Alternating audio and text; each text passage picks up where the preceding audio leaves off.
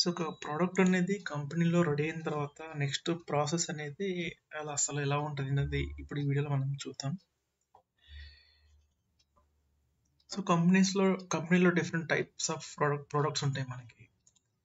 So అందులో maybe for example ఇలా తీసుకుందాం మనము and adult and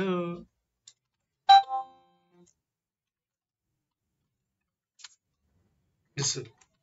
so for example ఒక ప్రోడక్ట్ ఉంది, ఆ ప్రోడక్ట్లో డిఫరెంట్ టైప్స్ ఉన్నాయి, అంటే పెద్దవాళ్ళకి చిన్న వాళ్ళకి. సో ప్రోడక్ట్ అనేది మనకి రెడీ అయిన తర్వాత దీన్ని మనం నెక్స్ట్ ఏం చేస్తాము, సేల్ చేయాలి. సేల్స్ టీమ్ ఉంటుంది. సో ఇప్పుడు ఇక్కడ మనకి 2 టైప్స్ ఉన్నాయి. ఇందులో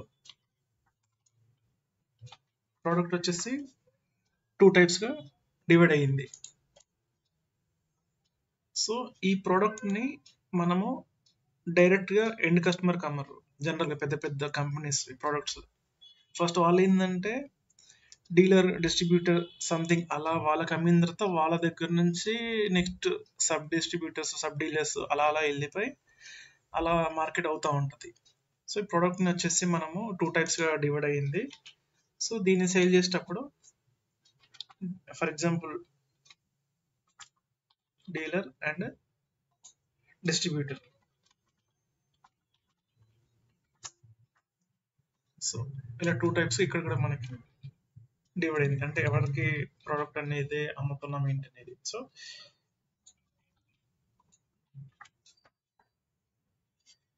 సో సేల్ అనేది అవుతుంది. నార్మల్గా సేల్స్ టీమ్ ఉంటుంది.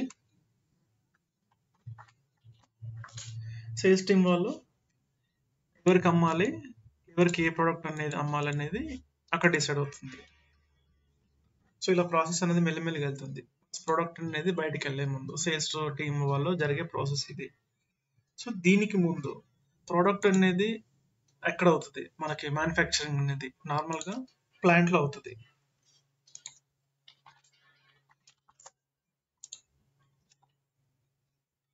ప్లాంట్లో ప్రోడక్ట్ మ్యానుఫ్యాక్చర్ అవుతుంది. సో మ్యానుఫ్యాక్చర్ అయిన తర్వాత ఈ ప్రోడక్ట్ అనేది ఒక దగ్గర ఒక ప్లేస్లో స్టోర్ చేస్తారు రెడీ అయిన తర్వాత. సో అది మేబీ ప్లాంట్లో అని ఉండొచ్చు, లేదా బయట ప్లేస్లో ఉండొచ్చు స్టోరేజ్ పర్పస్కి. సో స్టోర్ చేస్తాం. స్టోరేజ్ చేసిన తర్వాత ఈ ప్రోడక్ట్ని ఎలా పంపాలి, నార్మల్గా బై రోడా లేకపోతే ఇంకేదైనా like 2 wheeler are 4 wheeler something అలా ఎలా షిప్ చేస్తాం అనేది. సో ఇలా షిప్పింగ్ అనేది.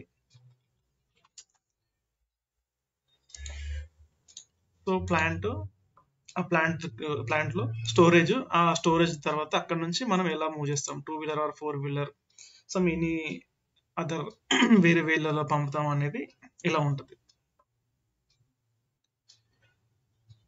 సో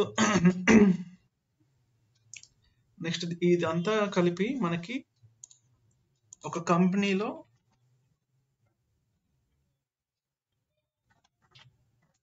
టోటల్ ఒక కంపెనీలో అవుతుంది మనకి.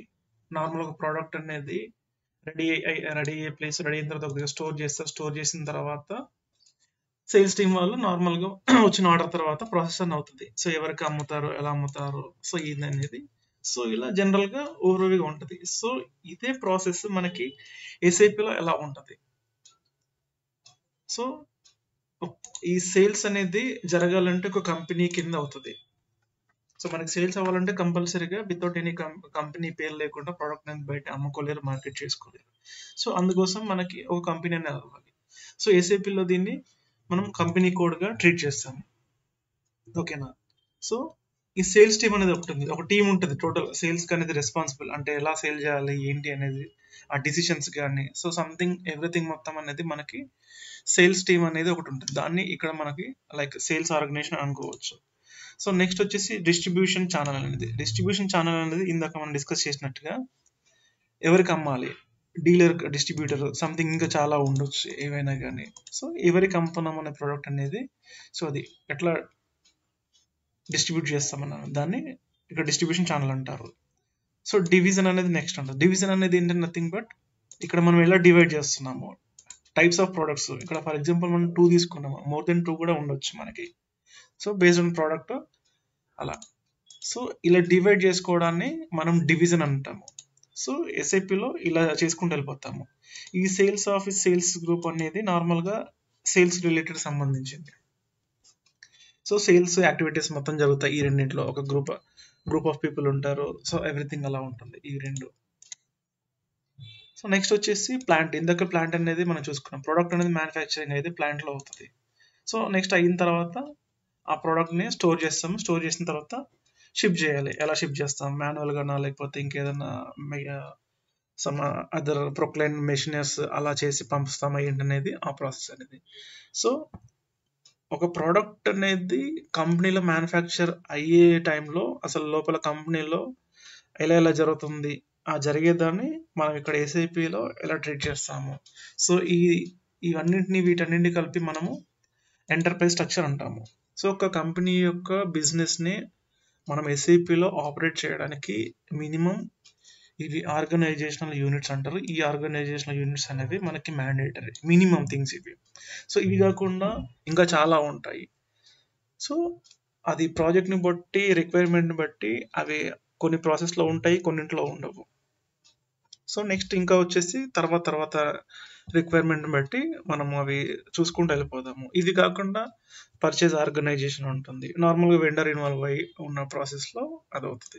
సో మినిమం మనకి ఒక కంపెనీ స్ట్రక్చర్ అనేది ఎస్ఐపిలో అయ్యడానికి సో ఇవి మినిమం, ఈ మస్ట్ అండ్ షుడ్ మినిమం వీటితో బిజినెస్ని మనం ఎస్ఐపిలో చేయొచ్చు మనకి.